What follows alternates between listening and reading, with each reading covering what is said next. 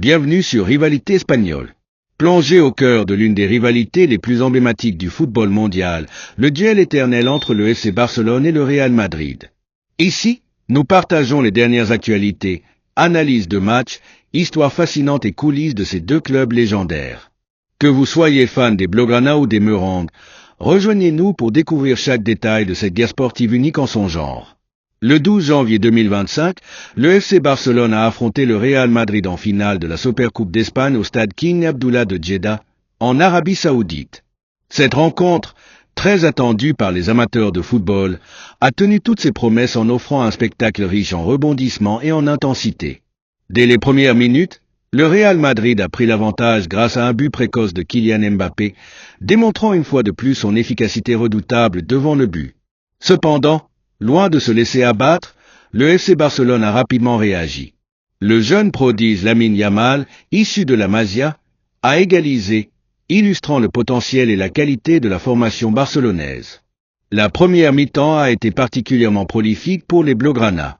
Robert Lewandowski, sur penalty, a donné l'avantage à son équipe, suivi de buts de Rafinha et d'Alejandro Balde, portant le score à 4-1 avant la pause.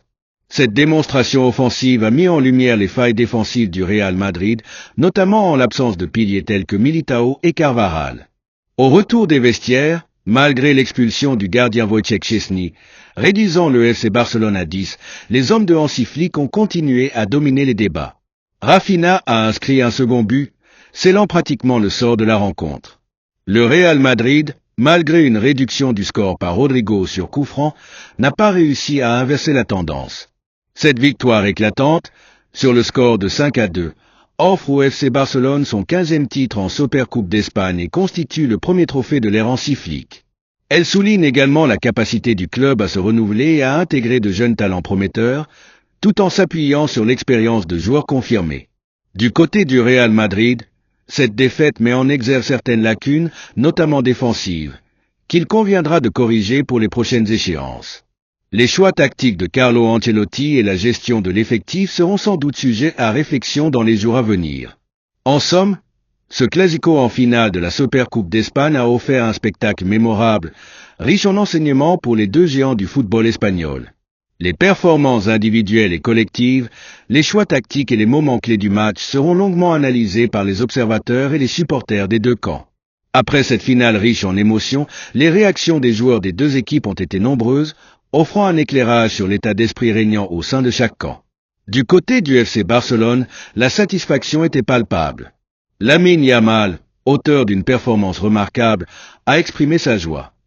Marquer dans une finale contre le Real Madrid est un rêve devenu réalité. Je suis fier de contribuer à cette victoire et de montrer que la formation barcelonaise est toujours aussi solide. Robert Lewandowski, quant à lui, a souligné l'importance de ce trophée. C'est une victoire collective. Nous avons montré du caractère après le but encaissé et avons su imposer notre jeu. Ce premier titre sous l'ère Flick est le début, nous l'espérons, d'une série de succès. Hansi Flick, l'entraîneur fraîchement nommé, a également partagé son enthousiasme. Je suis ravi de la performance de l'équipe. Les joueurs ont appliqué les consignes à la perfection et l'intégration des jeunes talents est une grande satisfaction. Cette victoire est le fruit du travail acharné de tous. Du côté du Real Madrid, la déception était évidente. Kylian Mbappé, malgré son but, a exprimé sa frustration. Marquer n'a pas suffi. Nous avons commis trop d'erreurs, surtout en première mi-temps, et face à une équipe comme Barcelone, cela se paie cash. Nous devons analyser nos failles et travailler pour revenir plus fort. Carlo Ancelotti, l'entraîneur madrilène, a reconnu les lacunes de son équipe. Nous n'avons pas été à la hauteur, notamment défensivement. Les absences ne justifient pas tout. Il est de notre responsabilité de corriger ces erreurs et de retrouver notre solidité habituelle. Vinicius Junior, quant à lui, a fait son mea culpa après des échanges tendus avec les joueurs barcelonais. Je ne suis pas un saint. Je parle trop et je fais aussi des dribbles que je ne devrais pas faire. Cette autocritique montre une volonté de maturité de la part du jeune Brésilien. Ces déclarations reflètent l'état d'esprit contrasté des deux équipes après cette finale. Pour le FC Barcelone, cette victoire est synonyme de renouveau et d'espoir pour l'avenir, tandis que pour le Real Madrid, elle constitue un appel à la remise en question et à l'amélioration. La finale de la Supercoupe d'Espagne entre le FC Barcelone et le Real Madrid a suscité de vives discussions sur les réseaux sociaux, notamment en ce qui concerne l'arbitrage de Jesús Gil Manzano. Certains supporters madrilènes ont exprimé leur mécontentement, estimant que certaines décisions, telles que le pénalty accordé au Barça et l'expulsion du gardien Wojciech Szczęsny, étaient sévères et ont influencé le cours du match. Jesús Gil Manzano, arbitre expérimenté ayant officié dans des compétitions internationales, est connu pour ses décisions parfois controversées. Sa désignation pour ce classico faisait déjà débat avant la rencontre, compte tenu de précédents litiges avec les deux clubs. Les critiques à son égard se sont intensifiées après le match, alimentant les discussions sur l'équité de l'arbitrage dans des rencontres de cette envergure. Outre l'arbitrage, le comportement de certains joueurs a également été pointé du doigt. Vinicius Junior, par exemple, a reconnu après le match qu'il devait modérer ses réactions sur le terrain, admettant « Je ne suis pas un saint. Je parle trop et je fais aussi des dribbles que je ne devrais pas faire ». Cette autocritique a été largement commentée, certains louant sa maturité, d'autres estimant qu'il doit encore progresser dans la gestion de ses émotions. Les réseaux sociaux ont également été le théâtre de débats sur les performances individuelles. La prestation de Lamine Yamal, jeune talent du FC Barcelone, a été saluée, beaucoup voyant en lui le futur du club catalan. À l'inverse, des joueurs clés du Real Madrid ont été critiqués pour leur manque d'impact lors de cette finale, soulevant des questions sur les choix tactiques de Carlo Ancelotti. Enfin, la large victoire du FC Barcelone a ravivé les discussions sur la domination actuelle des Blaugrana dans le football espagnol. Les supporters barcelonais ont célébré ce succès comme le signe d'une nouvelle ère prospère sous la direction d'Hansi Flick, tandis que les fans madrilènes appellent à une remise en question profonde pour retrouver le chemin de la victoire. Ces polémiques et débats témoignent de la passion que suscite le Classico au-delà du terrain et de l'impact des réseaux sociaux dans la diffusion et l'amplification des opinions des supporters du monde entier. La finale de la Supercoupe d'Espagne a mis en lumière les choix tactiques des deux entraîneurs et leur impact sur le déroulement du match. Hansi Flick, à la tête du FC Barcelone, a opté pour un schéma offensif, misant sur la jeunesse et la rapidité de ses attaquants.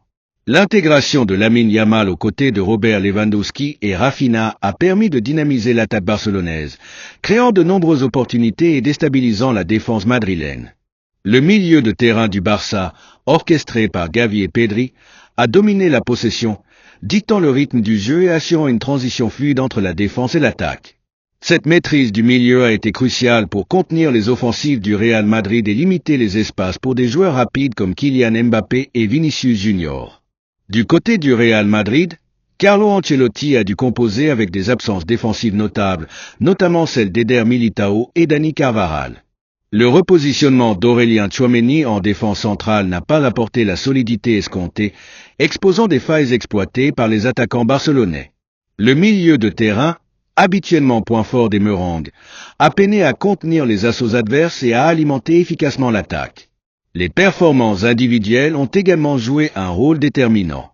Lamine Yamal, en égalisant rapidement après l'ouverture du score de Mbappé, a insufflé une nouvelle dynamique à son équipe. Robert Lewandowski, avec son sang-froid habituel, a transformé un pénalty crucial, tandis que Rafinha, auteur d'un doublé, a constamment mis en difficulté la défense madrilène par sa vitesse et sa précision. En revanche, certains cadres du Real Madrid n'ont pas répondu aux attentes. Malgré son but, Kylian Mbappé a été bien contenu par la défense barcelonaise, limitant son influence sur le jeu. Le milieu de terrain, avec des joueurs comme Luka Modric et Eduardo Camavinga, n'a pas réussi à imposer sa domination habituelle, laissant le contrôle du match aux Blaugrana. Cette analyse met en évidence l'importance des choix tactiques et de la préparation en amont d'une rencontre de cette envergure. La capacité d'Hansi Flick à tirer le meilleur de ses jeunes talents et à adapter sa stratégie en fonction des forces et faiblesses adverses a été un facteur clé dans cette victoire. À l'inverse, le Real Madrid devra réfléchir à des ajustements tactiques et à une meilleure gestion de son effectif pour les prochaines échéances. Cette finale de la Supercoupe d'Espagne pourrait marquer un tournant significatif pour les deux géants du football espagnol. Pour le FC Barcelone, cette victoire éclatante sous la houlette d'Hansi Flick inaugure une nouvelle ère prometteuse. L'intégration réussie de jeunes talents comme Lamine Yamal, combinée à l'expérience de joueurs chevronnés tels que Robert Lewandowski, offre une dynamique équilibrée et ambitieuse. Le club semble avoir trouvé une formule gagnante, alliant formation de jeunes et recrutement stratégique, qui pourrait le propulser vers de nouveaux sommets. Lamine Yamal, en particulier, a attiré l'attention du monde du football. Son but lors de la finale, marqué d'un sang-froid remarquable, témoigne de son immense potentiel. Les experts voient en lui le futur leader de l'attaque barcelonaise, capable de succéder aux légendes du club. Son développement sera crucial pour les ambitions du Barça dans les années à venir. Par ailleurs, la gestion tactique d'Hansi Flick a été saluée. Sa capacité à adapter son équipe en fonction des adversaires et à tirer le meilleur de chaque joueur a été déterminante dans cette victoire. Sous sa direction, le FC Barcelone pourrait retrouver sa domination sur la scène européenne. Du côté du Real Madrid, cette défaite appelle à une introspection profonde.